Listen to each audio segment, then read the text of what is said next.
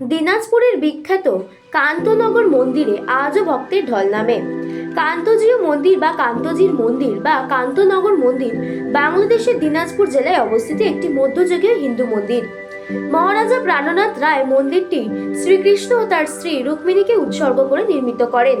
এটির নির্মাণ 1704 খ্রিস্টাব্দে শুরু হয় এবং 1752 খ্রিস্টাব্দে তার পুত্র রাজা রামনাথ রায় রাজত্বকালে শেষ হয়।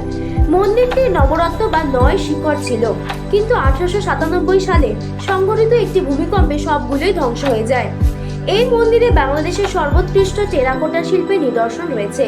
পৌরাণিক কাহিনীসমূহ পোড়ামাটির অলঙ্করণে দেওয়ালের গায়ে ফুটিয়ে তোলা হয়েছে। সুদূর পারস্য থেকে নির্মাণ শিল্পীদের আনা হয়েছিল এই মন্দিরের নির্মাণ এবং সৌন্দর্য বর্ধনের জন্য। মন্দিরের দক্ষিণ দিকে নয়াবাদ নামক গ্রামে রাজা প্রাণনাথ নির্মাণ শিল্পী এবং শ্রমিকদের বসবাসের জন্য জমি দান করেন।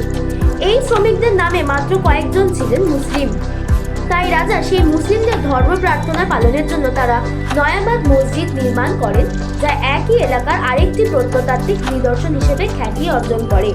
প্রতি বছর শীতের শুরুতে মন্দির প্রাঙ্গণে 1 মাস ব্যাপী রাসমেলা অনুষ্ঠিত হয়। জানা যায় মহারাজা রামনাথ রায়ের সময়কাল থেকে এই রাসমেলা অনুষ্ঠিত হয়ে আসছে। মেলা চলাকালীন সময় অনেক তীর্থযাত্রী ভারত ও বাংলাদেশের বিভিন্ন অঞ্চল থেকে মন্দিরে তীর্থযাত্রা করেন। Target news, Kolkata.